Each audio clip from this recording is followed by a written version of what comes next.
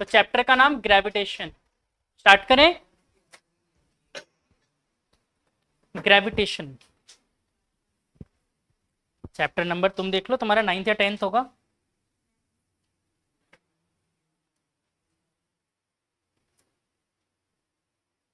ये कलर ठीक है, ब्लैक ही रहने दो। ब्लैक, चलो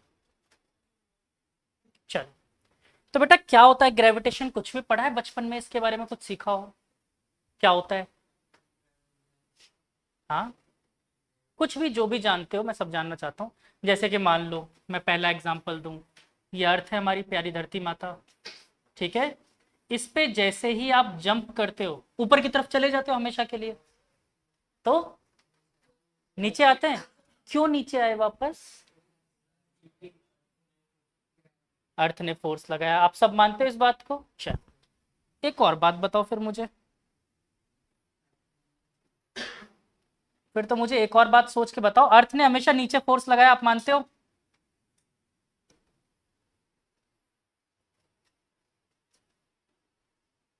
ठीक, अर्थ ऐसी है स्फेरिकल शेप में, सबको पता है, ऐसा ही शेप है अर्थ का। और मैं हाइपोथेटिकली 1 मिनट के लिए मान लेता हूं बेटा, इस तरफ है हमारा इंडिया और इस तरफ है यूएसए। ये तो सबको मालूम है ना, हम लोग अर्थ के अंदर रहते हैं, स्फीयर के अंदर रहते हैं, सबको पता है। नालायक को, स्फीयर के ऊपर सरफेस पे रहते हैं, अंदर थोड़ी रहते हैं। स्फीयर के आउटर सरफेस पे रहते हैं, सबको मालूम है। अच्छा, रुद्राक्ष आया नहीं, उसको नहीं पता होता। ठीक है, उसको मैं ये बता देना कि अर्थ ऐसा है तो मान लेता हाँ ऐसा ही है।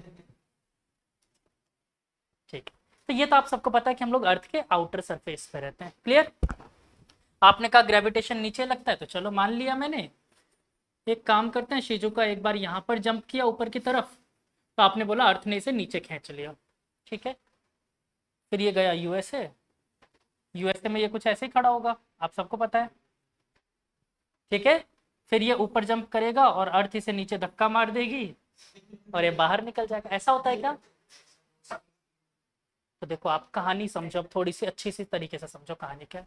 हमेशा जो फोर्स लगता है ये towards the centre of earth की तरफ लगता है। पहली बात समझ आई, हाँ या ना? पक्का? क्लियर? अच्छा, इसकी डिस्कवरी के लिए किसको क्रेडिट दिया जाता है? न्यूटन बाबा को। और आप लोगों को एक कहानी पढ़ा के सुनाई जाती है, वो सेब गिर गया था, है ना? फिर आप लोग बोलते हो पेड़ ही क्यों नहीं गिर गया था। ऐसा कुछ होता है? काश पेड़ गिर जाता। ऐसा कुछ नहीं हुआ था, एक्चुअली में ऐसा कुछ भी नहीं हुआ था। न्यूटन के ऊपर कोई सेब वगैरह नहीं गिरा था। ये सिर्फ आपको बताने के लिए, समझाने के लिए कि स्टोरी बना के बताई जाती है। ठीक है, रियल में कोई सेब वेब नहीं गिरा था। ठीक है, नहीं रियल में कुछ ही नहीं हो तो यार, दिमाग तुम्हारा कॉमन सेंस क्या? उससे पहले तुम्हारी रोटी पेट में नहीं जा रही थी क्या? उससे पहले तुम गिरते थे क्या? ऊपर चले जाते थे? उससे पहले भी तुम गिर के नीचे गिरते थे। तो ग्रेविटेशन नॉर्मली भी सोच सकता है आदमी, जरूरी है कि सेब के गिरने के बाद ही दिमाग में काम आएगा? नहीं। ठीक, क्लियर? तो चलो ये बात समझ आई।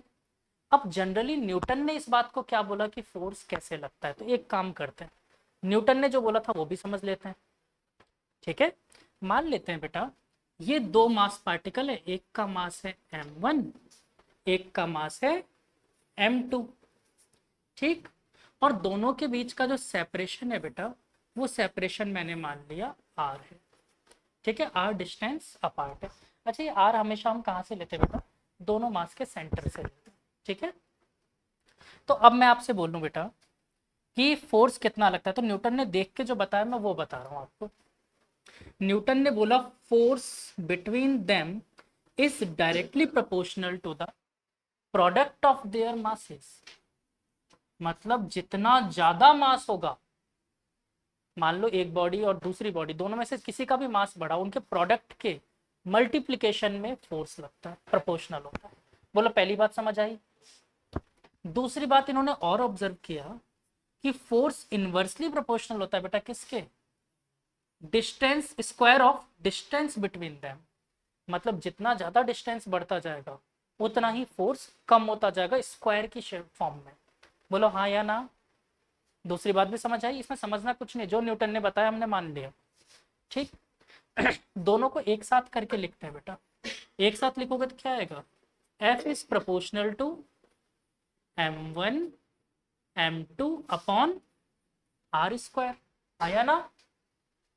और बच्चों लास्ट बात, एक कांस्टेंट आएगा प्रोपोर्शनलिटी हटाने के बाद, तो उस कांस्टेंट का नाम दिया गया बेटा कैपिटल जी। ठीक है, कैपिटल जी। बाकी का as it is m1 m2 upon r square. बोलो ये बात समझे? ये होता है बेटा ग्रेविटेशनल फोर्स का फॉर्मूला। तो बेटा यहाँ पर g क्या है? तो g एक कांस्टेंट है। क्या वैल्यू होती है इसकी? तो g की वैल्यू होती है बच्चों 6.67 इंटू 10⁻⁻11 न्यूटन मीटर स्क्वायर पर किलोग्राम स्क्वायर। आई बात समझ में? हाँ कि ना? हाँ गुड़िया।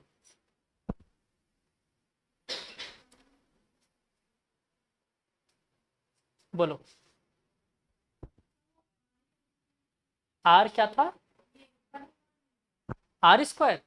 बेटा ये प्रैक्टिकली निकाला है, इसमें अपन अपनी तरफ से कुछ नहीं बोल सकते। ठीक है, ये उन्होंने प्रैक्टिकली सोचा है। इस पूरे डेरिवेशन में जो उन्होंने बताया वो आपको मानना पड़ेगा। आर डिस्टेंस बिटवीन देम, कितना सेपरेशन है दोनों के बीच? ठीक है, दोनों के बीच का सेपरेशन नहीं, जो है वो यही है। और कैलकुलेशन में बार बार यही सॉल्व भी करना है। ठीक है, तो बच्चों समझ आया?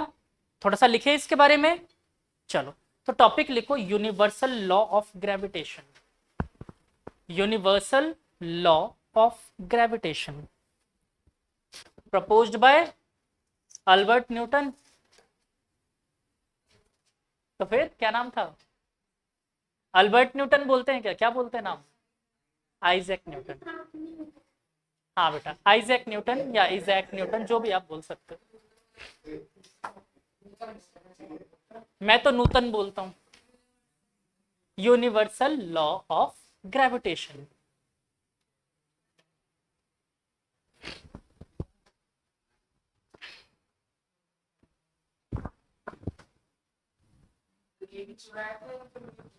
चुराया हुआ है। संस्कृत नाम है गुरुत्वाकर्षण, ग्रेविटेशन। सोचो, Kerala school of mathematics.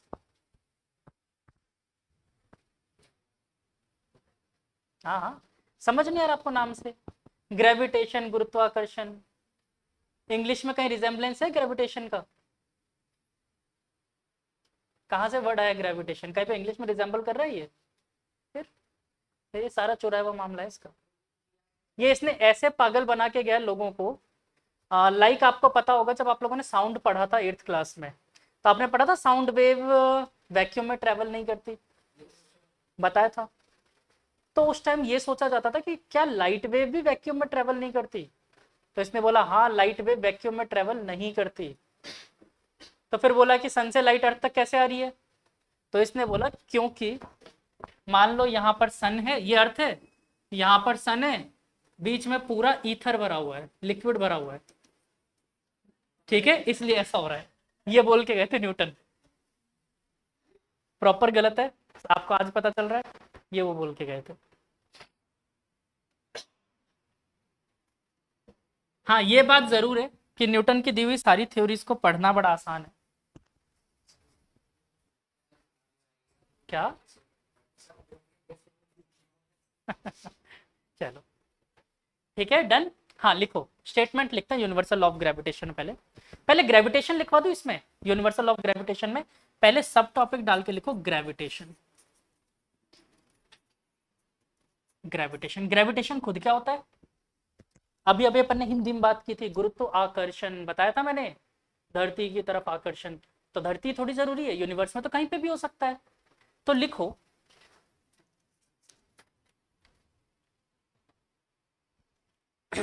it is defined as the force, it is defined as the force of attraction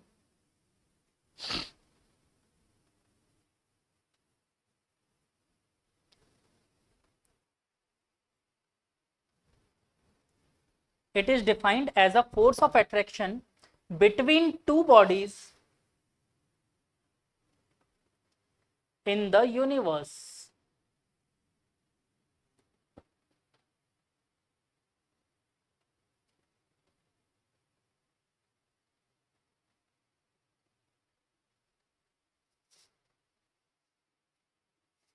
ठीक है, it is defined as the force of attraction between two bodies in the universe.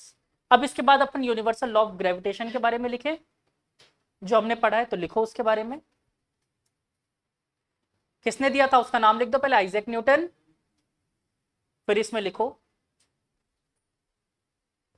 According to this law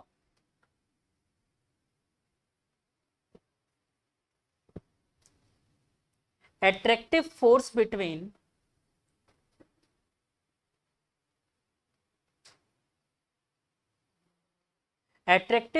between any two bodies in the entire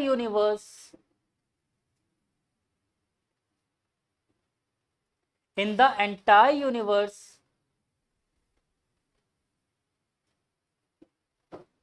is directly proportional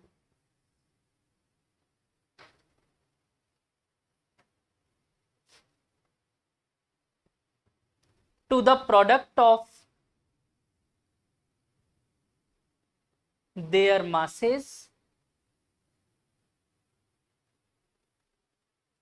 and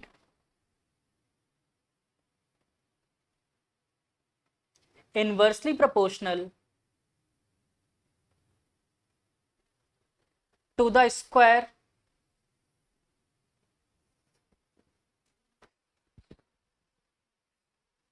of distance between them।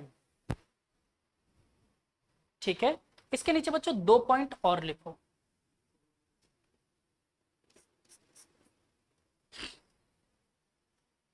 अच्छा, ये force कैसा होता है? Always attraction in nature, कभी repulsion हो ही नहीं सकता। ठीक है, हाँ, हमेशा अट्रैक्शन फोर्स ही होता है, रिपल्शन कभी हो ही नहीं सकता। जैसे मैग्नेट में रिपल्शन फोर्स भी होता है, सेम पोल को पास में लेकर रिपल्शन हो सकता है, inversely proportional to the square of the distance between them. कितना स्लो लिखते हो, अभी भी नहीं लिखा? शिजुका लिख लिया बेटा, inversely proportional to the square between them. अच्छा, अब मैं क्या कह रहा था आपसे कि बच्चों ग्रेविटेशन फोर्स ऑलवेज सिर्फ और सिर्फ अट्रैक्शन इन नेचर होता है, ये कभी भी रिपल्शन फोर्स नहीं हो सकता। कभी ऐसा सुना है किसी को धरती माता ने धक्का मार के स्पेस में फेंक दिया हो? नहीं, अर्थ हमेशा उसे नीचे ही खींचती है। क्लियर? तो क्या लिखोगे? ऑलवेज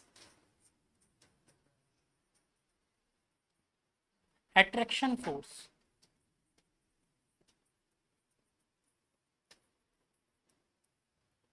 ठीक, ऑलवेज अट्रैक्शन फोर्स। अच्छा, लगती कहाँ ये फोर्स, किस डायरेक्शन में लगती है? तो देखो, अर्थ पे तो टुवर्ड द सेंटर बोल सकते हैं, लेकिन हम जनरली जनरलाइज स्पेस में कैसे बोलेंगे? अगर मैं स्पेस में बोलूं तो देखो, एक्ट अलोंग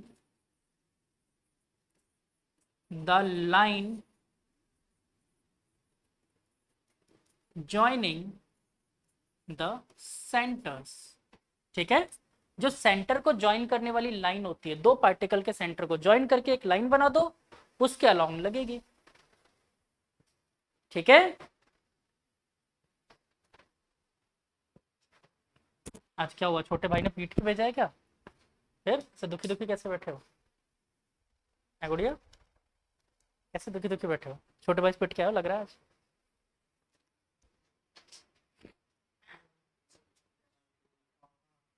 नहीं नहीं नहीं, इसने बोला था ना उस दिन कि मैंने पूछा था किससे पिटते हो घर में, मम्मी से पापा से? सर, छोटे भाई से।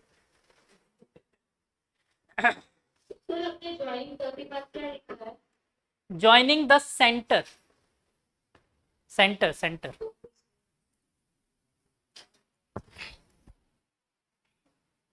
ठीक है। इसके बाद बेटा अब ये डेरिवेशन लिखो पूरा जो अपन ने डिराइव किया था ना ये।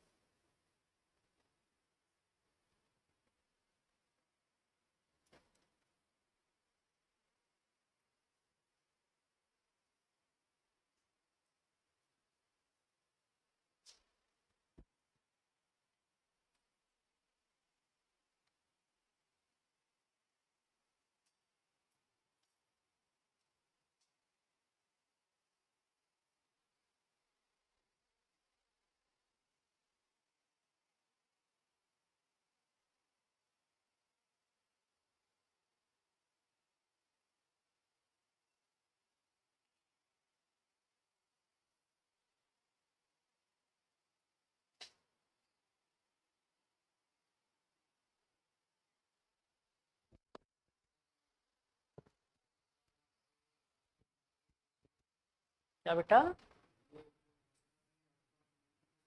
हाँ, सब जगह।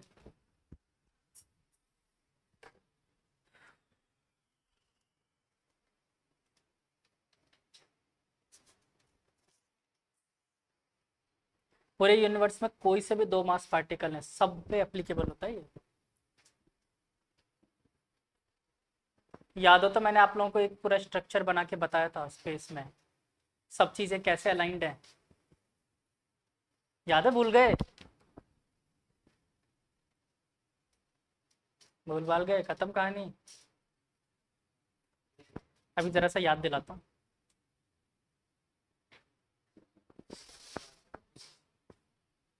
पहले बताया हुआ है, पहले शुरू शुरू में बताया था।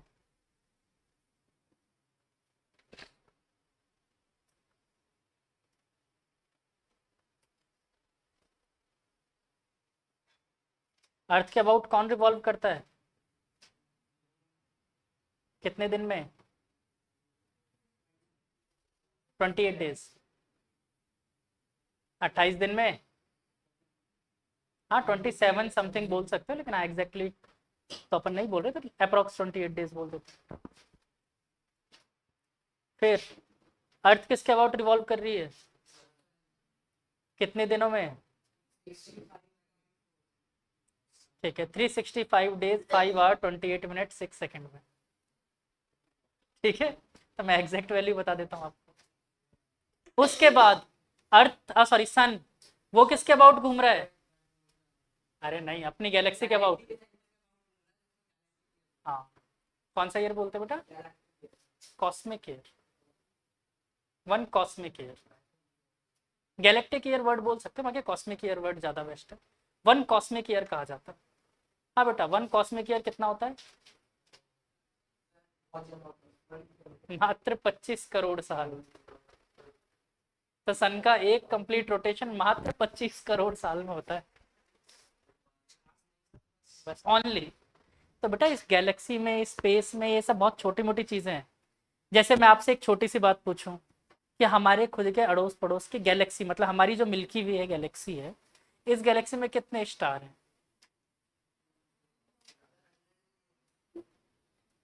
एक नंबर रफली आप बोल सकते हो 100 बिलियन, बाकी गिनने की औकात किसी की भी नहीं है, कोई नहीं गिन सकता। ठीक है, तो अब आप लोग बार बार पूछोगे कितने होंगे कितने होंगे, इसलिए एक नंबर लिख के दे दिया 100 बिलियन। ठीक, ऐसे कितनी गैलेक्सीज हैं? गैलेक्सीज भी 100 बिलियन के अप्रोक्स है। तो सोचो कितने सारी गैलेक्सीज, उन गैलेक्सीज में 100 बिलियन स्टार, उन स्टार में एक छोटा सा स्टार सन, जिसका एक छोटू सा प्लेनेट है अर्थ, जिस पे बैठ के हम ये बातें कर रहे हैं। क्या? मार्वल वाले नहीं बोल रहे, ये फिजिक्स का लॉ है मल्टीवर्स। वो मार्वल वाले नहीं बोल रहे, फिजिक्स कहता है ये है। कहाँ पर है मतलब?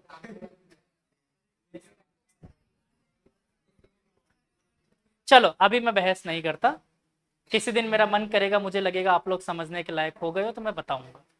ठीक है, अभी बिल्कुल नहीं बताऊंगा। आगे चलें। चलो एक आध क्वेश्चंस करते हैं, आसान आसान से। ठीक है, टेस्टी वाले तो अभी नहीं करवाऊंगा, टेस्टी वाले बाद में। टेस्टी वाले बाद में, अभी आसान आसान से। चलो, तो एक बेटा आसान सा क्वेश्चन लिखो। Find the gravitational force, find the gravitational force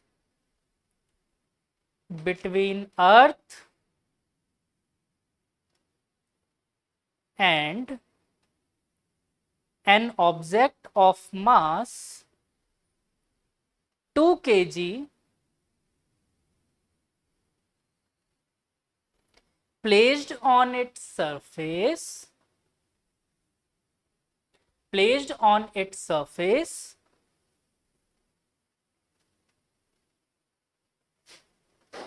mass of earth is, आपको गिवन जो है वो लिख लो, mass of earth that is 6 into 10 to the power 24 kilogram. Radius of अर्थ लिखो 6400 किलोमीटर, ठीक है। और मास ऑफ ऑब्जेक्ट आपको क्या गिवन है यहाँ पर, 2 kg। सॉल्व कर सकते हो बच्चों? देखो कुछ नहीं करना, मैं सॉल्व करके बताता हूँ आपको। पहले एक बार मुझसे सीख लो सॉल्व करना, फिर आपकी इच्छा हो जैसे करते रहना। फोर्स पूछा गया है, तो बेटा फोर्स का अभी अभी एक फॉर्मूला रटा हमने, क्या, F इज इक्वल टू क्या था बेटा, G m1 m2 upon r square. जरा सोचो बेटा, अर्थ के सरफेस पर ऑब्जेक्ट रखा है, मतलब उसका डिस्टेंस कितना होगा सेंटर से, जितना इसका रेडियस है, यानी डिस्टेंस r की वैल्यू क्या अपने पास 6400 किलोमीटर। सबको ऐसा यूनिट में कन्वर्ट करना है, किलोग्राम ऐसा यूनिट ही है, छोड़ दो। क्या रेडियस है ऐसा यूनिट में, नहीं है, किलोमीटर में, ये मीटर में चाहिए मुझे तो मीटर में क्या होगा बेटा 6400 इंटू 1000 मीटर। और इसको बेटा अगर आपको बुरा ना मानो तो मैं इसको 64 इंटू 10 टू दावर 5 मीटर लिख सकता हूँ। चलो, put all the values, get answer, enjoy.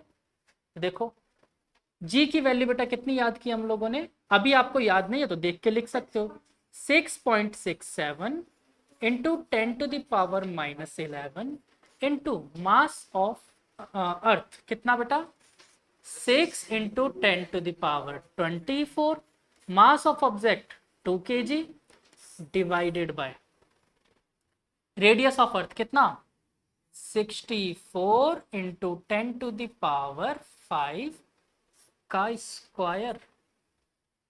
अब एक बार सॉल्व करना मैं सिखा रहा हूं, सीख लो, फिर आपकी इच्छा हो जैसे करते रहना। सॉल्व करना सीख ले एक बार। चल,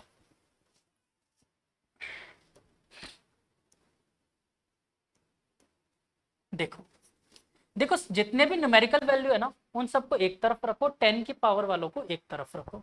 देखो 6.67 पहली न्यूमेरिकल वैल्यू, इसको मैंने ऐसे रख दिया, multiply by 6 multiply by 2, divide में देखो न्यूमेरिकल वैल्यू यही है बेटा 64 और उसका स्क्वायर भी है, तो क्या मैं नीचे 64 इंटू 64 लिख सकता हूँ, हाँ या ना। अब मल्टीप्लाई 10 की पावर वाली सारी सारी वैल्यूज लिख दो। देखो ऊपर क्या क्या है 10 की पावर में, 10 की पावर -11 मल्टीप्लाई बाय 10 की पावर 24, नीचे क्या है बेटा 10 की पावर 5 इंटू 10 की पावर 5 स्क्वायर था ना। चलो देखो इसको सॉल्व करना आप लोगों को बड़े अच्छे से आता है। 6 से ये गया कितनी बार 32 टाइम्स, ये गया 3 टाइम्स, 2 से ये गया 16 टाइम्स। अब इसके आगे आप लोग मल्टीप्लाई डिवाइड करके सॉल्व कर सकते हो, कितना आ जाएगा बेटा 3 7 जा 21, 9 19 अपॉन 64 इंटू 16। अब यहां पर देखो 10 की पावर कैसे सॉल्व करेंगे, 10 की पावर सॉल्व करना सीखे तो देखो देखो बच्चों, जो पावर प्लस में है प्लस में, जो माइनस में माइनस में, पहले तो एज इट इज लिखो, जो ऊपर थे उनके लिए -11 प्लस 24। बेटा नीचे से जो भी पावर ऊपर आएगी उसका साइन हमेशा चेंज करना है, यहाँ पर प्लस में है तो ऊपर जाएगा माइनस हो जाएगा, अगर माइनस में नीचे होता तो ऊपर जाता क्या होता प्लस हो जाएगा। तो अभी क्या होगा माइनस, तो -5 -5 ठीक है। अच्छा अब ये डिवाइड कर सकते हो। अच्छा मैं इसको अगर थोड़ा सा कैलकुलेशन आसान करना, अप्रोक्स 20 मान लो।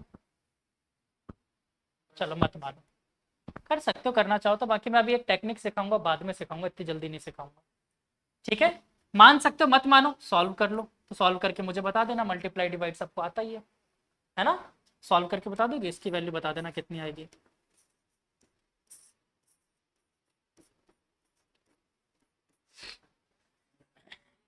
और बेटा यहाँ पर देखो 24 में से पहले 10 गए तो 14,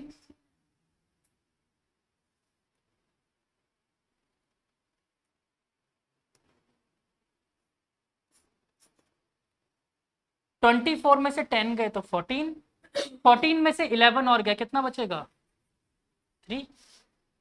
तो 10 की पावर तो 3 हो गया, ये तो इसकी कहानी खत्म।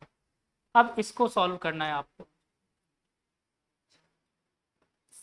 मैंने पूरा सॉल्व कर लिया और इसका आंसर मेरा आ रहा है,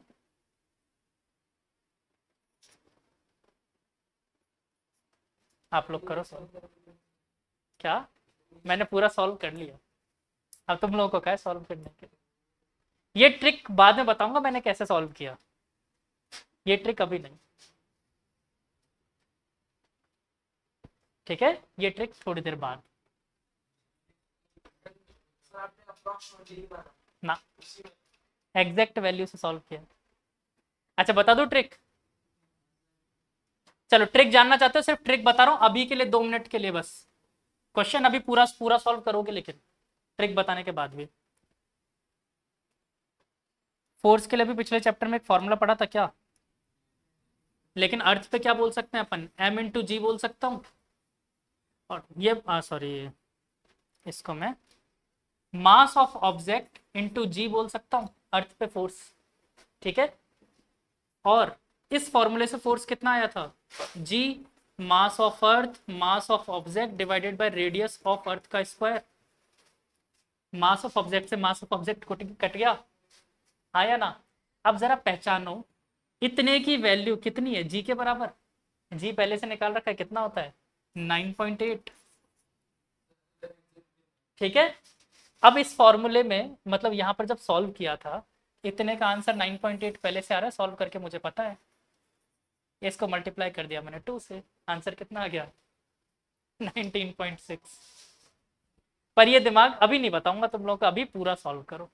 ठीक है, अभी पूरा सॉल्व करो, अभी हटा देते हैं इसको।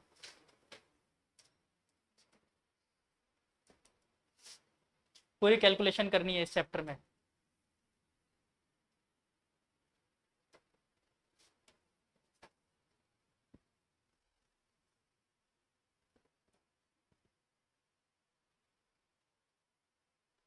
दिख रहा है सबको, विजिबल है,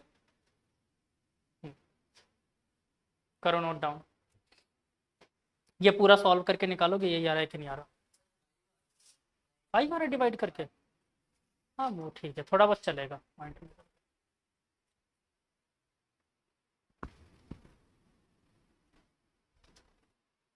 पित क्या है, पित के किसी की तो पिटाई की जाए।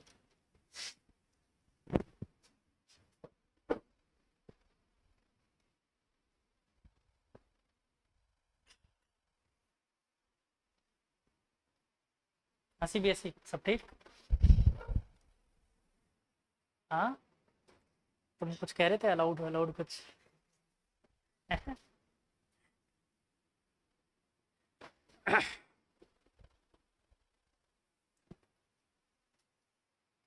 आज उन दोनों के अलावा और कौन गायब है, तो रुद्राक्ष और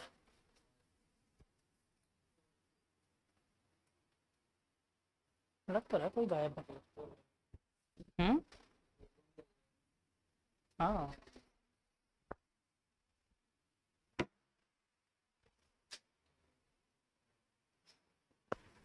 अरे बड़ी जल्दी टाइम हो गया यार आज। क्या,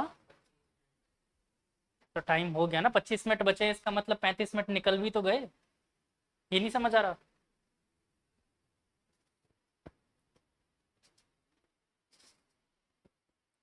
चलो थोड़ा सा और टेस्ट वाला क्वेश्चन दो, जिसमें और ज्यादा मजा है कैलकुलेशन करने में।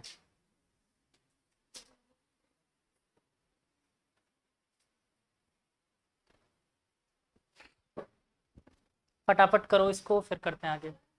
हाँ हाँ,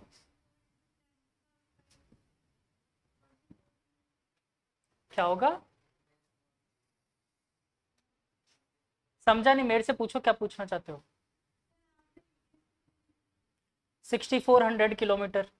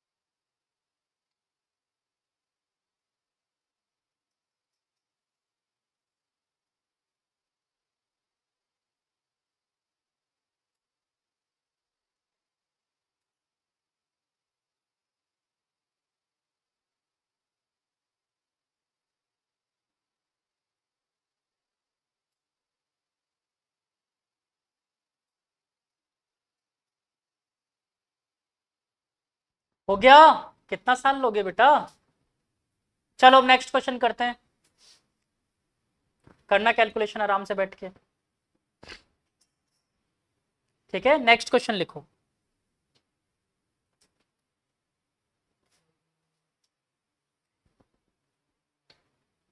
मास of Mars, Mars Mangal, Mars, mass of Mars and Jupiter, मैं दोनों लिख के देने वाला हूं, ठीक है, अभी लिख के दूंगा। मास of Mars and Jupiter is given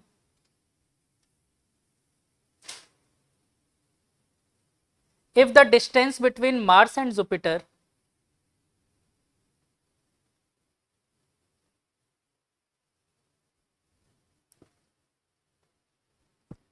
if the distance between Mars and Jupiter is 749 into 10 to the power 5 meter to the power 5, 10 की पावर 5, 10 की power 5, 749 into 10 to the power 5 meter, what is the force between Mars and Jupiter?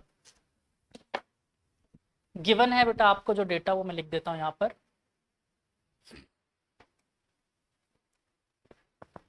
Mass of Mars is equal to, जो आपको given है वो given है बेटा 6.39 into 10⁻23, 6.39 into 10⁻23 kg mass of Jupiter जो आपको गिवन है वो गिवन है बेटा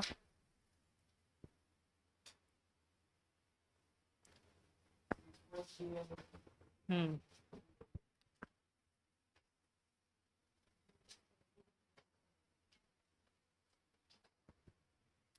ठीक है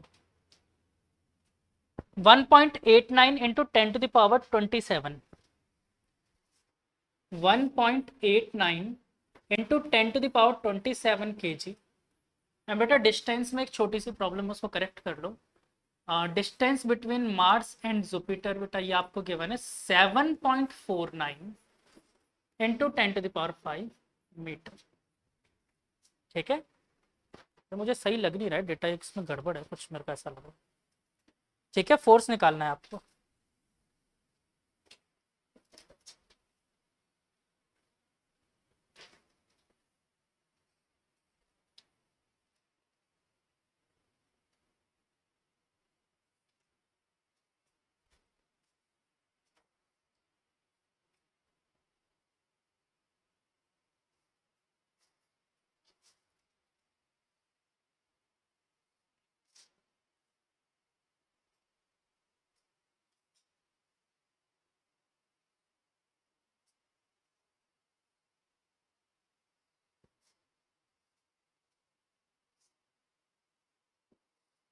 तो गलत दे रखा है डेटा बुक ने लेकिन एक्चुअली डेटा अगर मैं बताऊं आपको तो ये है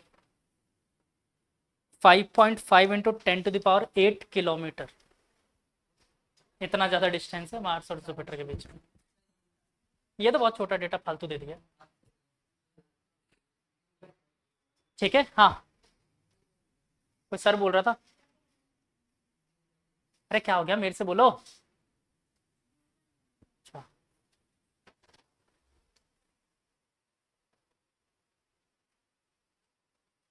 जल्दी जल्दी 10 सेकंड का टाइम दिया सॉल्व करो। क्या हुआ बेटा क्या कर रहे हो।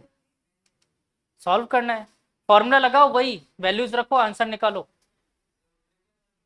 कोई ट्रिक लगेगी नहीं इसमें इसमें कोई ट्रिक नहीं लगेगी इसमें सॉल्व ही करना पड़ेगा।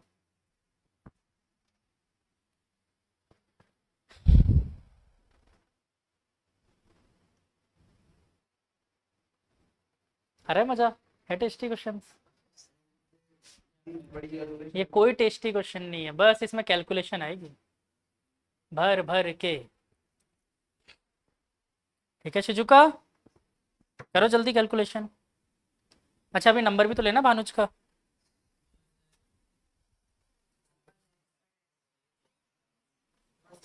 इसने दे दिया सबको टॉफी नहीं दी। नहीं दी चलो अब इसका 2 बार टेस्ट होगा। स्केल स्केल की जरूरत नहीं सुनो।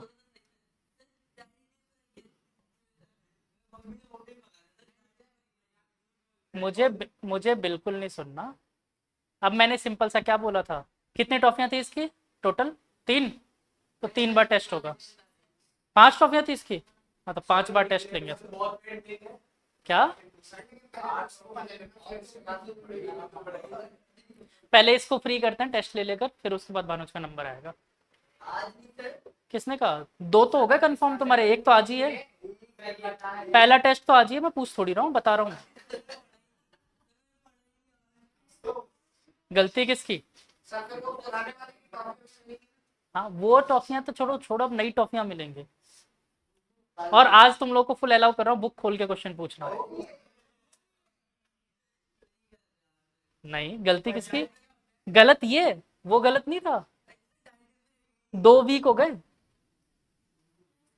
आज 15 दिन हो गए तुम्हें आज।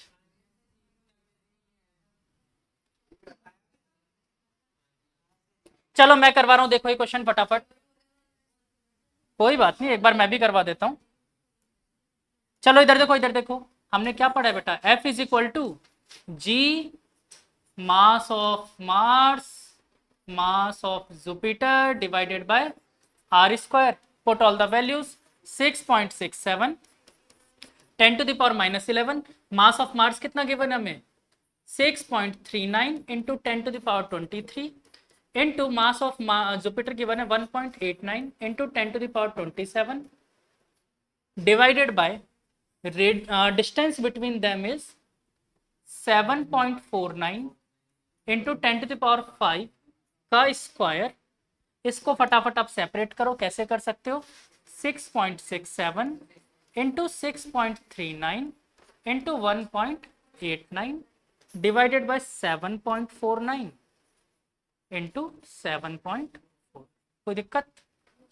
फिर लिखेंगे बगल में 10 की पावर वाला सिस्टम, 10 की पावर -11 इंटू 10 की पावर 23 इंटू 10 की पावर 24 डिवाइडेड बाय 10 की पावर 5 इंटू 10 की पावर 5। यहां तक सबको समझ आ रहा है? हाँ। किसको? केजी को कब से ऐसा यूनिट में पहले से केजी होता है यार, नालायक। अच्छा, ऑनलाइन में सभी बच्चों को समझ आ रहा है?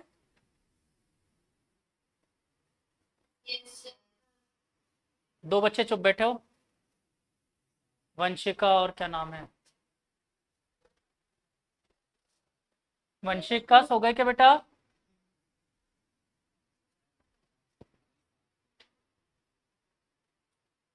वंशिका को नींद आ गई। चलो आगे चलते हैं। तो बेटा इन वैल्यूज को आप सॉल्व कर लोगे। चलो, आ रहा है समझ? मैंने ये बोला था समझ में आ रहा है? उससे पहले मैंने बोला था बेटा सो तो नहीं गए? अच्छा, चलो बेटा इस पूरे डेटा को आप लोग आराम से सोकर जगकर जैसे भी करना हो सॉल्व करना, ठीक है? मैं इसका डायरेक्ट आंसर लिख रहा हूँ, क्या आएगा? 1.44। ठीक है, एज यूजुअल मैं डायरेक्ट सॉल्व कर सकता हूँ, मुझे पता है। हाँ बेटा,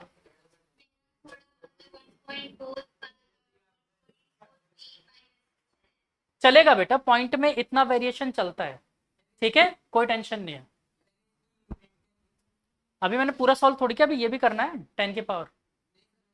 फोर्स की यूनिट क्या होती है? ठीक ठीक ठीक, देखते हैं अभी। फोर्स की यूनिट क्या होती है? न्यूटन। तो ये फोर्स ही तो कर रहे हैं, क्या होती है? न्यूटन। चलो, तो देखो 10 की पावर सॉल्व करें बेटा, कितना आएगा? -11 प्लस 23 प्लस 24 -10। लिख दो इसको, इन दोनों को जोड़कर देखो कितना हो गया। इन दोनों को मिला है -21, 23 में से 21 गए, कितना बचा? 2। 2 प्लस 24 कितना होता है? 26। ओ, कुछ गलती करी है मैंने, 10⁻26। एक्चुअली में इसके साथ ना ये मैंने गलती से लिख दिया इसको, ये वैल्यू ये नहीं आएगी, ये वैल्यू आएगी 1440। ठीक है, इस पूरे को सॉल्व करके 1440 आ रहा है, ऐसा कुछ आ रहा है। हाँ तो मैंने कब मना किया? अब सॉल्व होगा ना, समझे नहीं तुम? इसके पॉइंट भी इसमें जोड़ दो, कितना हो जाएगा ये? 3 जीरो और जोड़ेंगे इसकी वजह से, तो 20। ठीक है, क्या हुआ शिजुका, कैलकुलेशन नहीं होली? कल आ ही नहीं ला है? करना पड़ेगा बेटा, कुछ नहीं कर सकते। अब तुम ऐसे बोलो कि मैं रोटी नहीं खा सकता, मैं चल नहीं सकता, तो क्या होगा इससे? हाँ, पैर होते हुए तल, मेरा तो तलने था मन ही नहीं तलता, तो फिर क्या होगा उससे बेटा? नहीं कर पाओगे ना, कभी जिंदगी में चल ही नहीं पाओगे। कैलकुलेशन से कब तक भागोगे? कभी तो करना पड़ेगा। हाँ, तो मैंने गलत लिख दिया फिर उसको। रुको मैं इसको वापस सही कर देता हूँ, पूरा डेटा सही कर देते हैं। यहाँ पर बेटा गलती से मैंने 24 लिख दिया 27 को, ठीक है, उसको सही कर देते हैं। तो ये हो गया, अभी सही कर देते हैं, रो मत।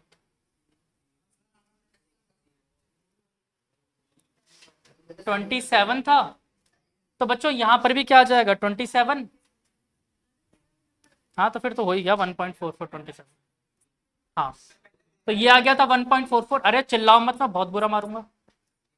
1.44 इंटू 10⁻29 न्यूटन। बिना फिजिक्स में यूनिट के कोई मार्क्स नहीं होते। आंसर मिल गया, कहानी खत्म। ये कैलकुलेशन वापस से घर पे जाके 3-4 बार करोगे, ठीक है? चेक करूंगा नेक्स्ट टाइम। मल्टीप्लिकेशन डिवीजन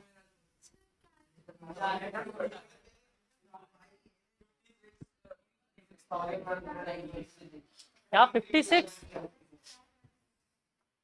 हाँ बेटा आरव, नहीं मान रहे क्या हम? 3 बार नंबर आएगा अब इसका। चिल्ला रहा है ना क्लास, मना कर रहा हूँ मैं। मुंह पे झुटला रहे हो, 4 बार आएगा। 4, मैंने मना किया ना बोलने के लिए भी। हाँ मैं क्या करूँ, मैं कुछ नहीं कर सकता, फिर करो बैठकर, मुझे नहीं पता।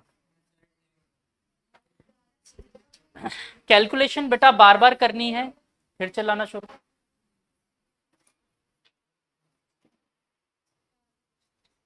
कैसे करें, सॉल्व करके? ये मैं सिखाऊं मल्टीप्लाई डिवाइड कैसे करते हैं? चौथी में 4 बार फेल हुए थे ना, सही सही बताओ। Efficiently you can solve. सीधा सीधा मल्टीप्लाई करो, 6.67 इंटू 6.39, ऐसे मल्टीप्लाई करो आराम से लिखकर। 667 639, पहले इसको मल्टीप्लाई करो, फिर जो भी आंसर है उसमें 4 वैल्यूज के बाद पॉइंट लगा देना। हाँ वो करो, मेरे को क्या पता, वही तो सही करना है, इसलिए तो मैं आंसर लिख लिख के दे देता हूँ। करो।